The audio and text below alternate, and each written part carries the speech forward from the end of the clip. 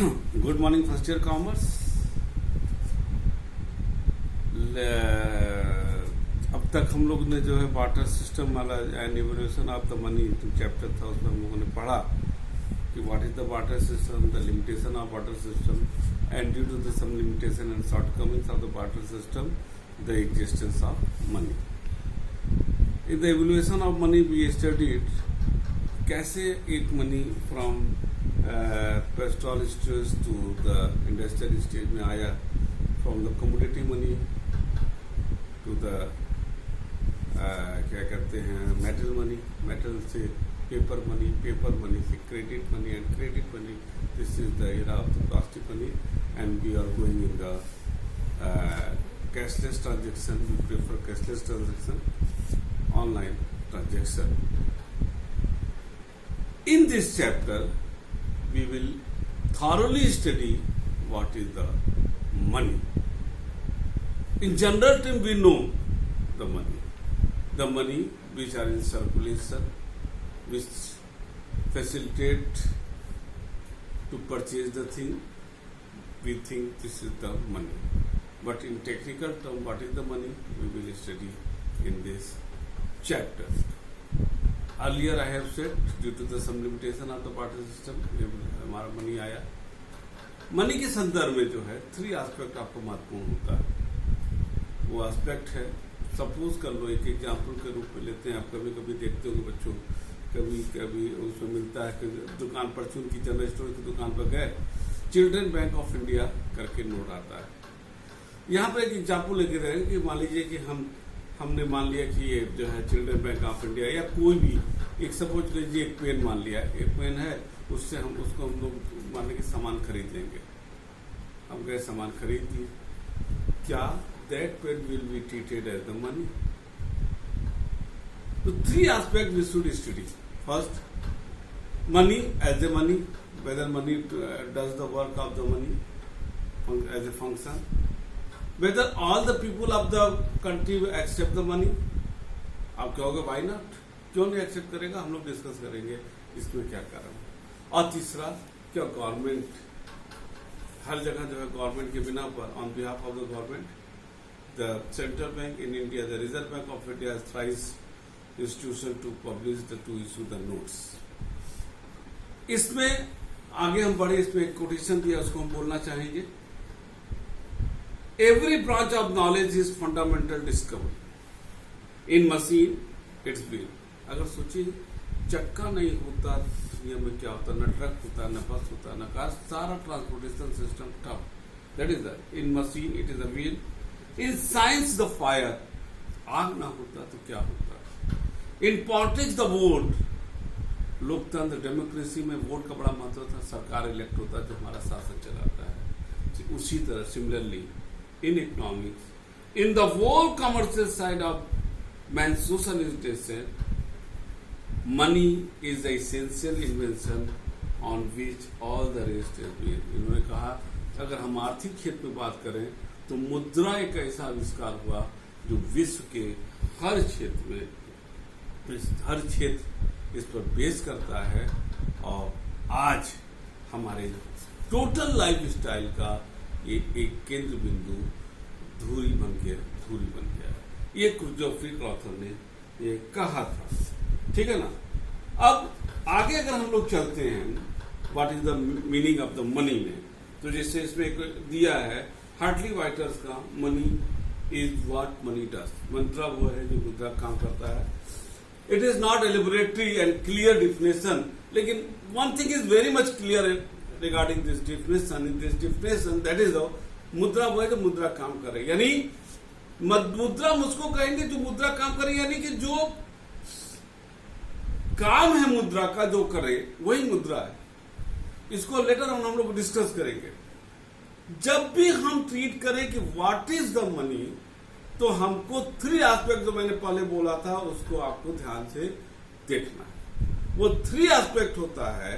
पहला, जिस पर पूरा मनी का डिफिनेशन बेस करता है। जब भी आपको पेपर में या क्वेश्चन में मिले discuss the what do you mean by the money, आपको all 3 aspect you should discuss separately and at last you should mention the clear definition which is based on the 3 points. First point is the which is based on the general acceptability. इसमें जो सबसे the famous economist professor Marshall का definition है general acceptability. General acceptability का मुद्रा वो है जो सब लोग स्वीकार करें।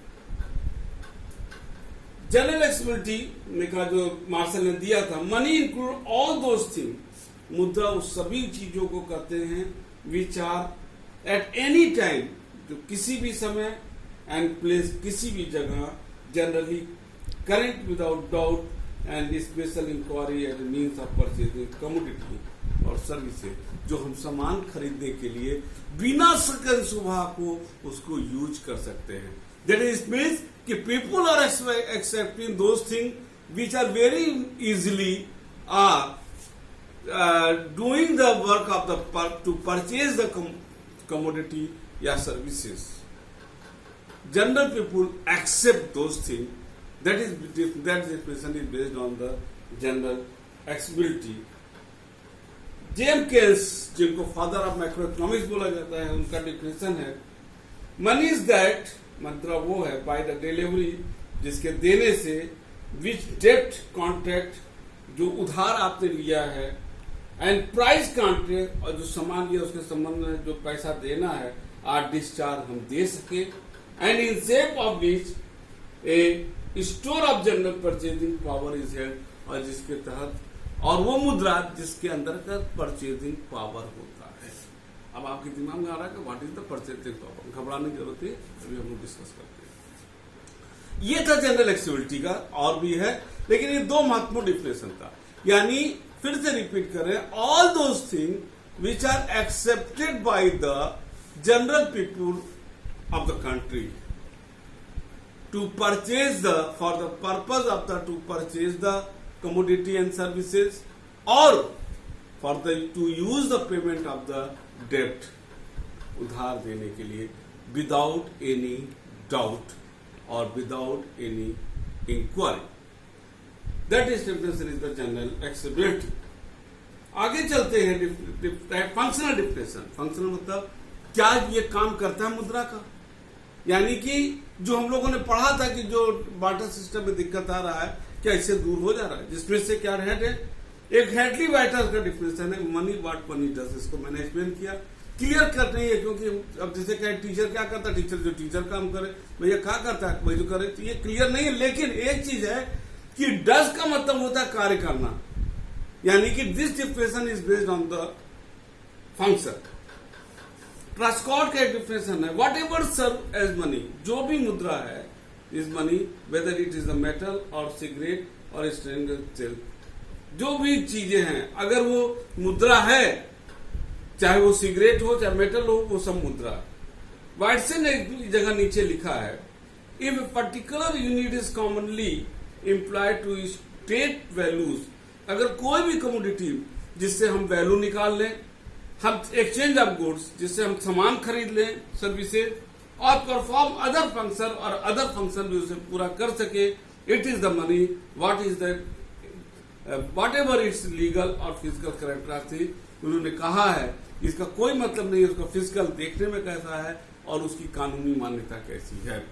ये डिफिनेशन था आपका on the basis of the functional. लेकिन एक चीज है, सब एक्सेप्ट कर रहा है, मुद्रा का काम भी कर रहा है, लेकिन कोई भी मुद्रा जब तक कानूनी रूप से उसकी मान्यता न मिले हो, यानी those things which are issued by the monetary authority in India, the Reserve Bank of India, यानी all those commodity which cover the legal umbrella, it is essential condition for any commodity या things to be called as a money, जब तक उसको legal या कानूनी मान्यता नहीं मिलती है, that is a legal definition. यानी कोई भी चीज लीगल मुद्रा तभी होगी जब वो लीगल, यानी कि सिर्फ एक्सेप्ट कर लेना लोगों द्वारा फंक्शन करना ही नहीं है। इसमें जो लीगल डिफिनेशन में आया है क्नैप का, anything that is declare money by the state, state का मतलब गवर्नमेंट, बिकम, जो भी सरकार उसको मुद्रा घोषित करेगी वो मुद्रा हो जाएगा। हॉर्टने ने कहा there are two aspect of money, मुद्रा के दो एस्पेक्ट होते हैं। First, it is the unit of account. Account का मतलब होता है जब हम उसको किसी तरह से लिखते हैं, तो आज देखो कहीं भी लिखे रुपया हमारा 100 रुपया देना, हम उसको अंकों में न्यूमेरिकल और उसको वर्ड्स में लिखते हैं। और secondly it is the legal tender. Legal tender का मतलब होता है the money, the commodity which are issued by the government and cover the legal umbrella. ये तीन डिफिनेशन। अब यहां पर एक चीज कहेंगे कि मान लीजिए जैसे मैंने कहा चिल्ड्रन बैंक ऑफ इंडिया का एक आपको मुद्रा मिल गया, कोई कागज मिल गया, हो सकता है कि 10 दुकानदार 10 लोग मिलकर के उसको मुद्रा के रूप में प्रयोग कर रहे हैं। हम गए, वो चिल्ड्रन बैंक वाला 100 को दिए, 100 रुपए का सामान लिया, उसने कहीं और से लिया, ये आपस में चल सकता है। But we can not call the money because it that money, that paper money, that things are not covered the legal umbrella. It is not issued by the Reserve Bank of India. That's why we cannot call that thing as the money. So, for any commodity and services, again I am repeating my words, all those things which first, all the people of the country accept it. Second, this does the work of the money. And third, that is the issued by the government or monetary authority. जब तक ये तीनों नहीं मिल जाएंगे तब तक कोई भी मुद्रा को हम मुद्रा नहीं कर सकते हैं। These are the three condition. तो जनरल अगर हम प्रॉपर डिफिनेशन की बात करते हैं, यहाँ पे जो प्रॉपर डिफिनेशन है उसमें यही चीज दे रहा है कि जनरल एक्सेप्टेबिलिटी, फ्रैक्शनल और इन ये सारी चीजें, we include everything which function as money and is general acceptable. This may be called the wider definition. Basis for the proper definition of money में आ जाइए, यहाँ पर जनरल एक्सेप्टेबिलिटी क्लियर है. Voluntary acceptance माने without any force each and every person of the society, the country are accepting. That is a voluntary acceptance. Medium of exchange, जो सामान खरीदे उसके बदले में हम इसको दे. मेजर ऑफ वैल्यू, उससे हम जो किसी भी सामान का दाम निकाल सके, मेजर कर सके. फाइनल पेमेंट ऑफ लोन, और किसी से भी अगर हम पैसा लेते हैं उसके बदले में हम उसको दे सके. There should be the quality of final payment of loan in that commodity. Final payment means that if the payment of the loan of any person is made, then he should not come again to demand the value. अगर हम दे दिए, इसका मतलब चुकता हो गया, वो दोबारा मेरे पास ना आए, क्योंकि उसको जो भी मैंने पहले लिया था उसकी वैल्यू उसके रूप में रिटर्न हो चुकी है. That is the money. This characteristic is not found in the credit paper money. Cheque bill में नहीं होता है. क्यों? बिकॉज द बेरर माने जिसके पास ये है comes again to demand money from the writer or seller of the credit paper when they are dishonored. If the payment is made money, then the question does not arise to demand the money again. इसका मतलब है credit money में ये शक्ति नहीं होती. क्यों? कि मान लीजिए सपोज करो किसी को मैंने चेक दे दिया, whether the check is the money? No. We 100% cannot treat the check या any credit instrument as the money, because अगर हमने किसी को 10,000 रुपया देना था, मैंने दे दिया तो चुकता हो गया. लेकिन अगर 10,000 का चेक दिया तो हो सकता वो मांगने आया, यदि चेक डिसऑनर हो गया यानी पेमेंट नहीं हुआ तो वो हो जाएगा. यानी कि credit 100% we can not treat the credit money as the money. That's why credit money is also being called as the optional money. तो टोटल बेटा ये निकल के आ रहा है कि what is the money. Money का मतलब सीधा सा हो गया कि वो सारी चीजें जो लोग बिना हिचकिचाहट के, बिना किसी प्रेशर के उसको एक्सेप्ट करते हैं, उससे वो सारे सामान खरीदते हैं, एक्सचेंज करते हैं, वैल्यू ऑफ मेजर करते हैं, और जिसको गवर्नमेंट अथॉरिटी इश्यू करता है इन India the Reserve Bank of India. आगे के नेक्स्ट क्लास में हम लोग ये पढ़ेंगे function of money. That is the most, यहां पर हम बताना चाहेंगे ये क्लास कम से कम 8 से 10 लेक्चर में जाएगा. इसलिए क्योंकि this chapter is the root of the money and banking. If you are ignoring this chapter or you are careless in study of this chapter, you will be loser in the money and banking. So be careful while studying this chapter. It is very most important chapter regarding the money and banking. If you want to clearly understand the money and banking, you should clearly also understand this chapter very clearly and ask the question. यहाँ पर एक graph बना करके हम छोड़ेंगे. Function जो है हमारा 3 तरीके का होता है. मेन फंक्शन पहला आपका जो होता है, वहां पर अगर हम बात करें फंक्शन ऑफ मनी,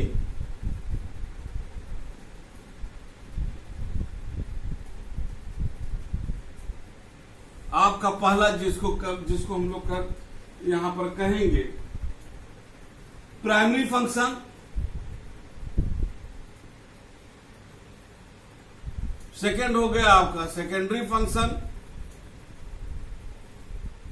थर्ड आगे which is most important that is the contingent function, and last में हम एक जोड़ देते हैं हमेशा फोर्थ अदर फंक्शन.